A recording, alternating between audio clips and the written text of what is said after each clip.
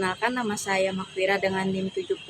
Di sini saya ingin menjelaskan program kodingan tugas matematika logik saya yang diampu oleh Bapak Petrus Pendianto, SPD MSI, yang telah memberikan kesempatan pada saya untuk memperbaiki nilai saya di remedi kali ini. Berikut adalah penjelasan program saya. Nah, di sini tujuan dari program ini digunakan untuk mengecek beberapa ekspresi program logika yang melibatkan 3 nilai, yaitu P, Q, dan R. Nah, di bagian program pertama di sini, yang bagian ini,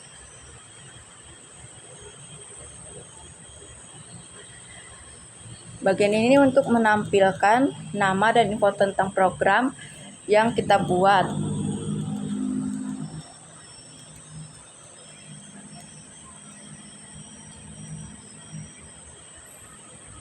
Dan fungsi untuk mengevaluasi ekspresi logika atau proposisi.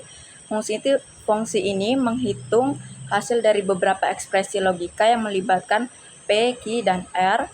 Berikut yang dihitung dalam fungsi ini yaitu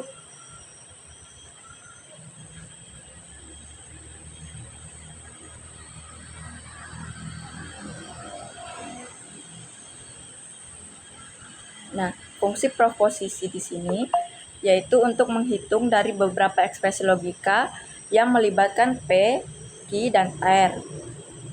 Nah, di sini menghitung not Q sama dengan not Q implikasi P sama dengan not Q or P.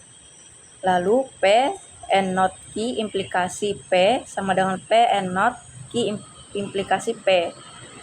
Lalu P and not Q implikasi P implikasi R sama dengan not P and not Q implikasi P or R. Selanjutnya di sini ada daftar nilai kebenaran untuk P, Q, dan R, yaitu value list sama dengan true, false. Bagian ini menyimpan 2 nilai, yaitu true, benar, dan false, salah.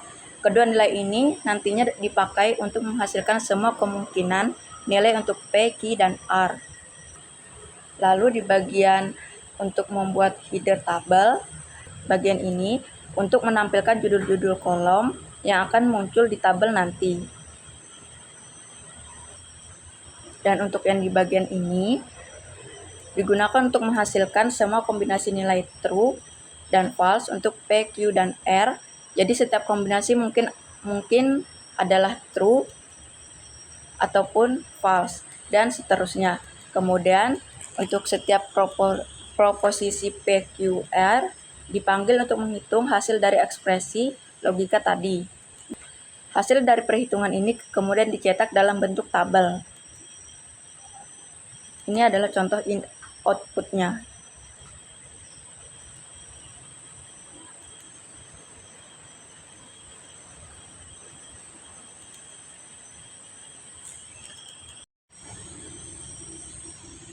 Selanjutnya soal nomor 1B. Fungsi untuk mengevaluasi ekspresi logika. Nah, fungsi dari def proposisi di sini untuk mengevaluasi ekspresi logika. Namun, dalam kode ini fungsi proposisi hanya mengembalikan nilai true setiap kali dipanggil tanpa menghitung ekspresi logika apapun. Jadi, saat fungsi dipanggil dengan nilai P, Q, R, S, T, ia akan selalu mengembalikan nilai true dan menugaskan nilai tersebut ke variabel tabel 2. Nah, di bagian ini daftar nilai kebenaran,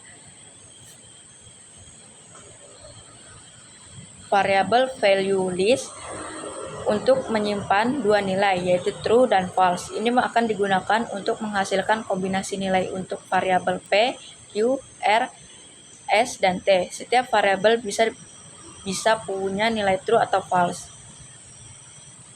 Dan untuk mencetak header tabel, print untuk mencetak header tabel di bagian ini. Sebentar.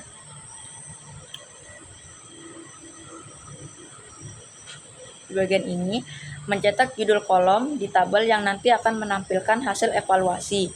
Di tabel itu kita akan melihat kolom untuk melihat P, Q, R, S, T, dan hasil dari fungsi proposisi yang akan kita sebut sebagai tabel nomor 2. Dan fungsi dari kode ini digunakan untuk menghasilkan semua kombinasi nilai true dan false untuk 5 variabel. Jadi program ini akan menghasilkan semua kombinasi variabel tersebut. Jadi dia bisa menghasilkan antara true ataupun false ataupun true semua. Kemudian untuk setiap kombinasi yang dihasilkan, fungsi proposisi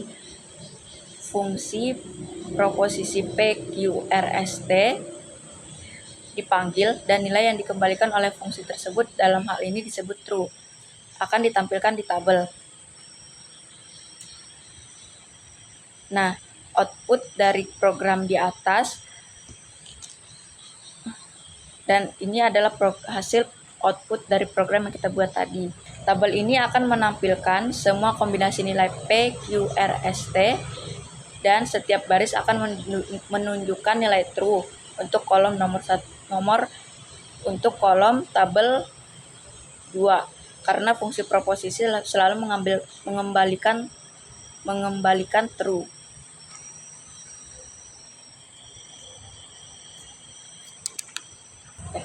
Selanjutnya soal nomor 2. Tujuan dalam program ini untuk memeriksa nilai kebenaran dari beberapa proposisi logika. Secara khusus, kita memiliki 4 premis di program ini yang ingin diuji berdasarkan nilai kebenaran dari 4 variabel P, Q, R, dan S. Kita ingin melihat apakah hubungan antara premis-premis tersebut memiliki hasil konklusi yang benar. Konklusi di sini artinya adalah pernyataan. Lalu def proposisi P, Q, R, dan S. Fungsi ini berisi aturan untuk mengevaluasi premis-premis dan konklusi. Di dalam fungsi ini premis 1, premis 2, premis 3, dan premis 4 adalah pernyataan yang bernilai benar atau salah tergantung pada nilai dari P, Q, R, dan S. Konklusi adalah pernyataan yang selalu dianggap benar. Premis 1, N premis 2, premis 3, premis 4, konklusi sama dengan premis 1, N premis 2, N premis 3, N premis 4 adalah hasil evaluasi apakah semua premis yang diberikan benar dan apakah itu mengarah ke konklusi yang benar. Selanjutnya untuk menghasilkan kombinasi nilai kebenaran untuk P, Q, R, dan S adalah menggunakan intertoast product, value list, repeat sama dengan 4. Fungsi ini akan menghasilkan semua kemungkinan kombinasi nilai benar atau salah untuk variabel-variabel ini. Setiap kombinasi nilai P, Q, R, dan S dihitung menggunakan fungsi proposisi. Hasil dari fungsi ini kemudian dicetak dalam bentuk tabel. Di bagian sini adalah mencetak header tabel. Nah, sebelum mencetak hasil, program mencetak header tabel yang menjelaskan kolom-kolom yang akan ditampilkan, yaitu P, Q, R, S, premis-premis, dan konklusi. Nah, setelah program dijalankan, ia akan mencetak tabel yang berisi kombinasi nilai kebenaran untuk setiap variabel P, Q, R, S, nilai dari premis-premis, dan hasil dari apakah premis tersebut benar mengarah ke konklusi. Setelah dihitung dan membuat tabel, hasilnya dicetak dalam bentuk tabel dengan nilai-nilai yang relevan, premis-premis, dan konklusi. Ini adalah hasil outputnya, bisa dilihat di sini.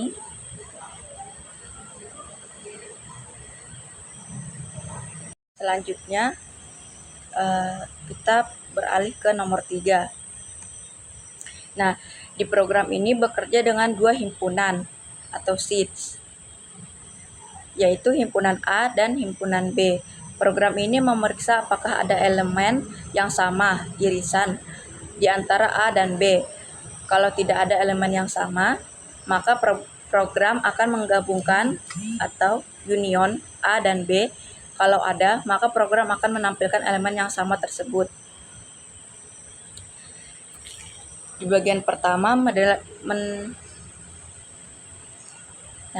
di bagian pertama ini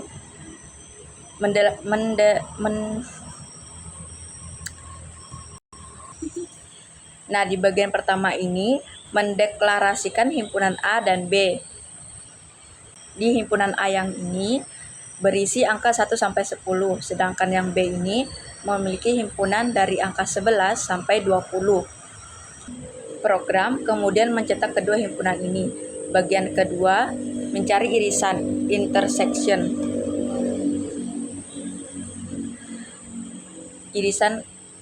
Irisan sama dengan A dan B.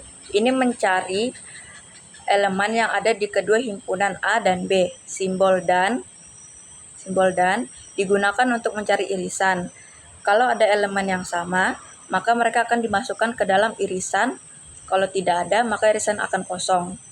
Selanjutnya, if not irisan, untuk mengecek apakah irisan ada atau tidak. Di bagian ini, mengecek apakah irisan kosong. Kalau kosong, berarti A dan B tidak punya elemen yang sama. Nah, jika irisan kosong, A dan B tidak ada elemen yang sama, program akan mencetak gabungan A dan B saling lepas. Nah, bagian ini. Artinya A dan B tidak punya elemen yang sama. Lalu, jika program akan menggabungkan A dan B menggunakan tanda ini, yang disebut union, yang artinya menggabungkan semua elemen tanpa duplikasi hasil gabungan yang ditampilkan. Lalu, else, jika irisan tidak kosong, A dan B ada elemen yang sama, program akan mencetak himpunan A dan B tidak saling lepas. Karena A dan B memiliki elemen yang sama, program akan menampilkan elemen yang ada di irisan atau elemen yang sama di kedua himpunan A dan B. Ini adalah output dari program yang kita buat tadi. Program ini cuma memeriksa apakah ada angka yang sama antara dua kelompok A dan B. Dan kalau ada angka yang sama, program kasih tahu elemen yang sama itu. Kalau tidak ada angka yang sama, maka A dan B digabung jadi satu kelompok besar tanpa duplikasi, dan program kasih tahu kalau A dan B saling terpisah atau saling lepas. Dan jika digabung, semua elemen akan menghasilkan hasil seperti ini. Selanjutnya soal nomor 4. Tujuan program ini mengalihkan dua matriks A dan B dan menghitung determinan hasil perkaliannya jika memungkinkan. A di sini adalah matriks yang memiliki 3 baris dan 3 kolom. Sedangkan B di sini adalah matriks yang memiliki 3 baris dan 2 kolom. Selanjutnya, kode program ini berfungsi untuk mengecek apakah jumlah kolom di matriks A sama dengan jumlah baris di matriks B. Dan fungsi dari kode ini adalah syarat agar dua matriks bisa dikalikan. Jika syaratnya terpenuhi, maka matriks A dan B bisa dikalikan. Program ini kemudian mengalihkan matriks A dan B menggunakan np.a, B disimpan di matriks C. Setelah perkalian, program mengecek apakah hasil C adalah matriks persegi atau jumlah baris sama dengan jumlah kolom. Ini diperlukan untuk menghitung determinan. Fungsi if J.save di sini, fungsi dari program ini, kalau matriks C adalah matriks persegi, maka program akan menghitung determinannya menggunakan np_linex_dc.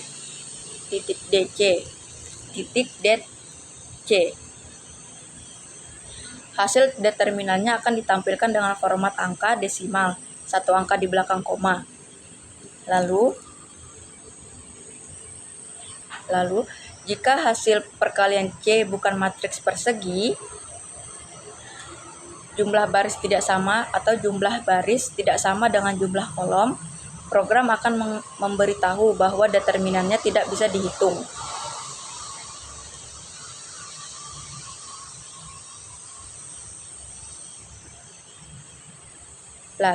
Lalu jika hasil perkalian C bukan matriks persegi, jumlah baris tidak sama dengan jumlah kolom, program akan memberitahu bahwa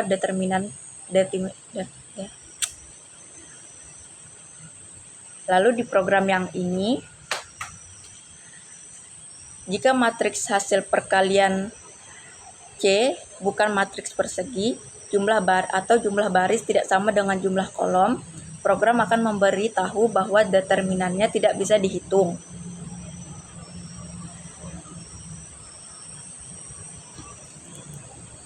Dan selanjutnya,